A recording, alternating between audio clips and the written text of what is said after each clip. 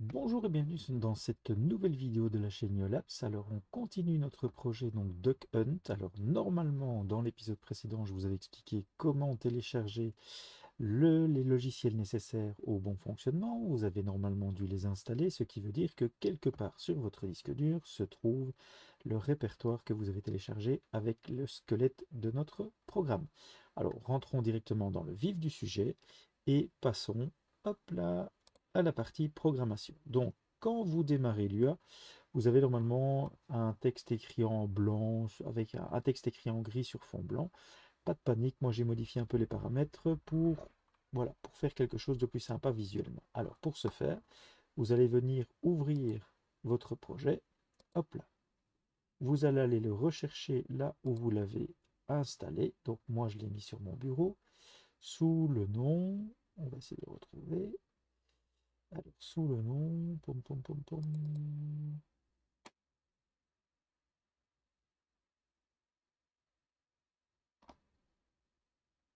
Alors, voilà, Duck Hunt ici, et vous choisissez le main.lua.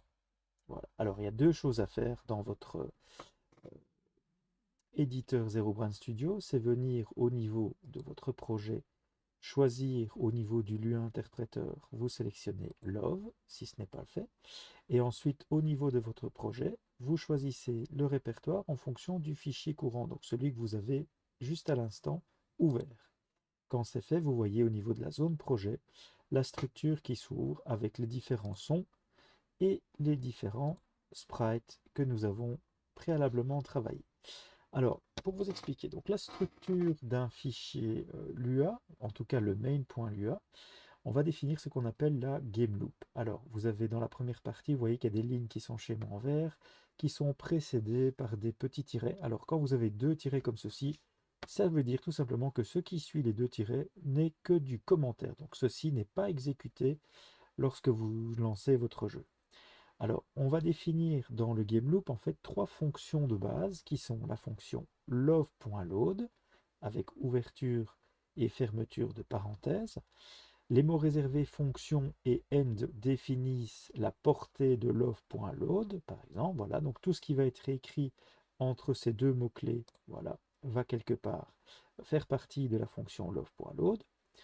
Vous avez ensuite la fonction love.update qui contient un paramètre dt, ce qu'on appelle le delta time. Je reviendrai un peu plus en détail après. Ce que je vais faire, je vais agrandir un peu pour que ce soit plus lisible pour vous. Voilà, je pense qu'ainsi c'est plus agréable. Et vous avez la dernière fonction qui s'appelle love.draw qui, comme son nom l'indique, va servir pour afficher le dessin. Alors, comment ça marche? Lorsque vous exécutez votre programme, en fait, love.load est un peu une espèce de fichier de configuration qui va venir contenir tous les paramètres de base pour démarrer votre jeu. Par exemple, le nombre de vies de votre personnage, la quantité d'énergie, les objets qu'il possède, le nombre de points de vie, etc. Et surtout sa position, par exemple. Voilà. Et ceci sera lu une seule fois qui, lorsque ce sera chargé, en fait, le reste de l'exécution se fera toujours en lisant le love.update et le love.draw. Le love.update et le love.draw jusqu'à ce que votre jeu se termine. Alors, qu'est-ce qu'on va retrouver dans le love.update? Ce sera tout ce qui sera calcul de position de vos personnages, de changement d'état de ce qu'on appelle le game state, donc passer du menu principal au jeu proprement dit, quand vous perdez une vie, quand vous changez de niveau, quand vous changez une option, que vous revenez au menu principal. Tout ça pourra être fait dans le love.update, d'accord?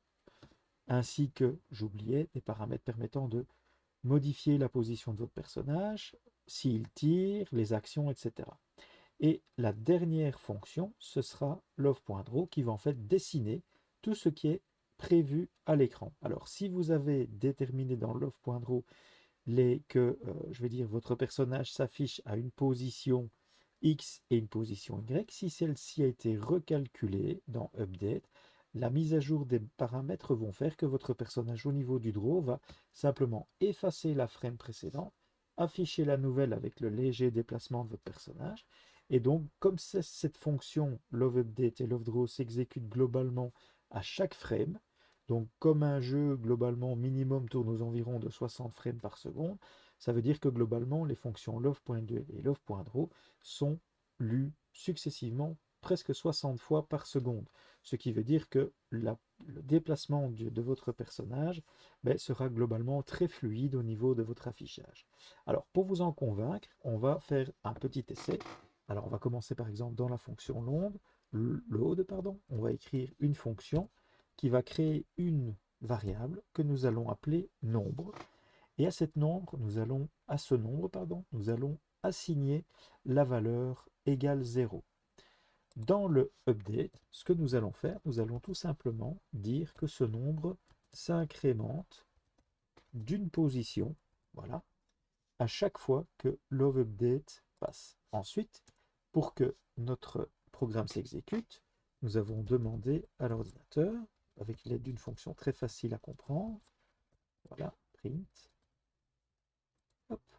d'afficher le nombre proprement dit. Alors, quand vous avez fait ça, qu'est-ce qui se passe? Lors de l'exécution, la première exécution, il lit la fonction load. Dans load, nous définissons une variable qui s'appelle nombre, qui portera la valeur 0. Dans la fonction update, nous disons que nombre s'incrémente de 1, et le résultat de ce calcul, nous le stockons dans nombre. Alors, lorsque l'exécution de l'overdraw s'affiche, lui va venir tout simplement afficher à l'écran la variable nombre. Et ce, 60 fois par seconde. Donc on va passer loveUpdate. Le nombre qui valait 1 s'incrémente, passe à 2. On le stocke dans nombre et on l'affiche.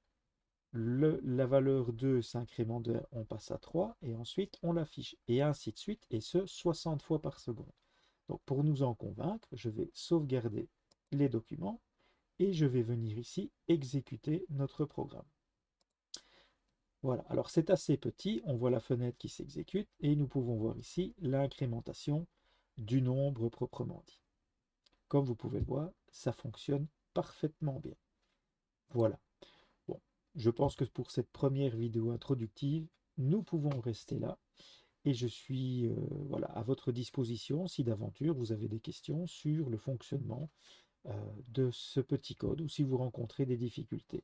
En attendant la vidéo suivante où je vous parlerai de la suite du développement, il ne me reste plus qu'à vous dire ciao, bonsoir, à bientôt.